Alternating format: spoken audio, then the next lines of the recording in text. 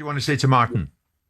You have indeed, Jim. I'm a big fan of the show and a big fan of Mr. Martin O'Neill. So I just want to offer him a heartfelt thank you for answering his phone and coming back and sorting us out.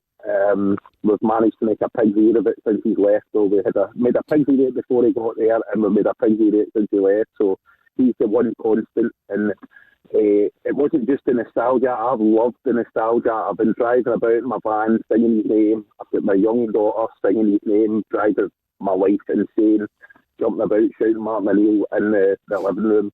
And I've loved every minute of it.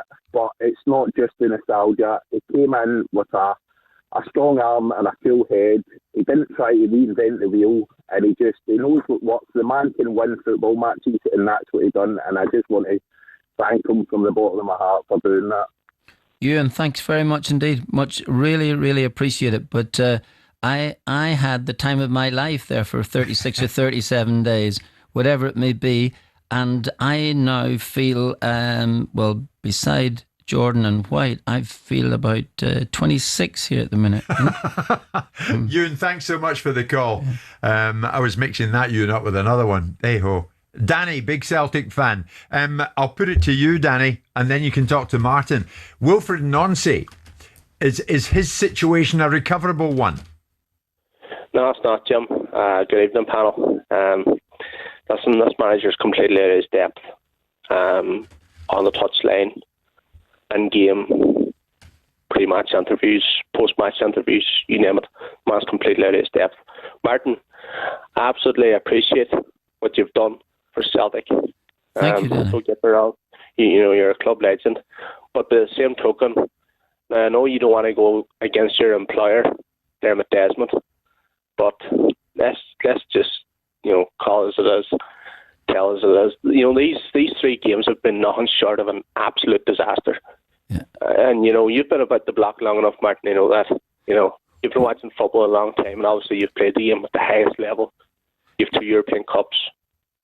You sound, Danny, like a man pretty close to where I was born. So have you ever heard of Castle Derg? Of course, mate. Absolutely. Yeah. Yeah, I'm a Castle Derg man. Are you? Yeah. Right. Okay. So you're right about not going against Dermot Desmond. I can't. He gave me the opportunity a way back 25 years ago when he had bigger names to choose from, and so I got that opportunity to manage Celtic, which is like phenomenal. And then I get this opportunity again, and he chose me again, which was great because there I was just having very, very dear cups of coffee on King's Road. And I wouldn't suggest that to anybody now because really, I mean, a cappuccino's pretty well close to about £7 now at the minute. And I can't afford that, to tell you the truth. So I got that opportunity again. And he did say to me that they were in the process of choosing another manager at the time, and that's fine. So I got the opportunity to manage Celtic again, which I'd never, ever thought in my life it could happen. So for 7 games or 35 or 36 days, I'm eternally grateful. No, granted, and I appreciate that, Martin. It's nice to hear that. But what about this manager? He's completely out of his depth.